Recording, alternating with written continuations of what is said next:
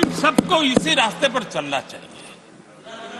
हम राज्यों का विकास से ही राष्ट्र का विकास कर पाएंगे। इस पे कोई विवाद नहीं हो सकता है, कोई विवाद नहीं हो सकता है।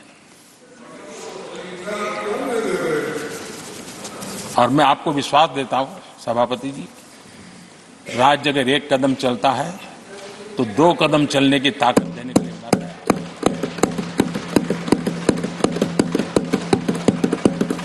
कोऑपरेटिव फेडरलिज्म क्या होता है, और मैंने तो हमेशा कहा कॉम्पिटिटिव कोऑपरेटिव फेडरलिज्म। आज देश को जरूरत है कॉम्पिटिटिव कोऑपरेटिव फेडरलिज्म। हमारे राज्यों के बीच में तंदुरुस्त स्पर्धा हो ताकि हम तेजी से देश में आगे बढ़े। एक सकारात्मक सोच के साथ हमको चलने की जरूरत है। और मैं ये राज्य में था तब भी इसी विचारों को लेकर के काम करता था, इसलिए चुपचाप सहता भी था। आदरणीय सभापति जी, कोविड एक उदाहरण है। इतना बड़ा संकट आया दुनिया का, ऐसे संकट के समय राज्य के मुख्यमंत्रियों के साथ 20 बैठकें की। उस कालखंड में एक एक बात का विचार विमर्श करके साथ लेकर के, और सभी राज्यों का सहयोग, एक टीम बन करके केंद्र और राज्य ने काम किया। दुनिया जिस मुसीबत को झेल नहीं पाई, हम सब ने मिल करके, किसी एक को क्रेडिट मैं कभी नहीं दूंगा, सब ने मिल करके इस देश को बचाने के लिए जो हो सकता है, राज्यों को भी उसकी क्रेडिट लेने का पूरा अधिकार है। इस सोच में हमने काम किया। आदरणीय सभापति जी, G20 का आयोजन हम दिल्ली में कर सकते थे। हम दिल्ली में इन बड़े बड़े नेताओं के बीच रह करके सब कुछ क्या नहीं कर, पहले हुआ ही है। हमने ऐसा नहीं किया। हमने G20 का पूरा यश राज्यों को, दिल्ली में एक मीटिंग की तो राज्य में 200, एक एक राज्य को एक्सपोजर मिले दुनिया में। ये गलती से नहीं हुआ, योजना के तरीके से हुआ है।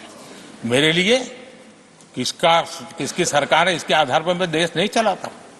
हम सब मिलकर के देश आगे बढ़ाना चाहते हैं, इस भूमिका से काम किया है। आदरणीय सभापति,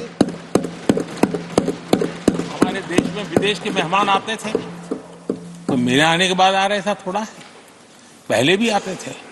आज विदेशी मेहमान आते हैं तो मेरा आग्रह रहता है कि आपको एक दिन किसी राज्य में जाना चाहिए। मैं उनको लेते के जाता हूं राज्यों में, ताकि उनको पता चले कि मेरा देश यानी दिल्ली नहीं है, मेरा देश चेन्नई में भी है, मेरा देश बेंगलुरु में भी है, मेरा देश हैदराबाद में भी है, मेरा देश पुरी में भी है, भुवनेश्वर में भी है, मेरा देश कलकत्ता में भी है, मेरा देश गुवाहाटी में भी है। पूरे दुनिया को मेरे देश के हर कोने का एक्सपोजर मिले, इसके लिए हम कोशिश करते हैं। वहां की सरकार का सहयोग असहयोग इसके तराजू पर नहीं तोड़ते।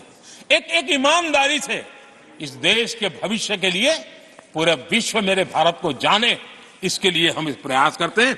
और मैं अभी भी 26 जनवरी को इतना बड़ा काम रहता है, सबको मालूम है। उसके बाद भी मैं 25 तारीख को फ्रांस के राष्ट्रपति को राजस्थान की गलियों में घुमा रहा था। दुनिया को पता चले कि मेरा राजस्थान ऐसा है।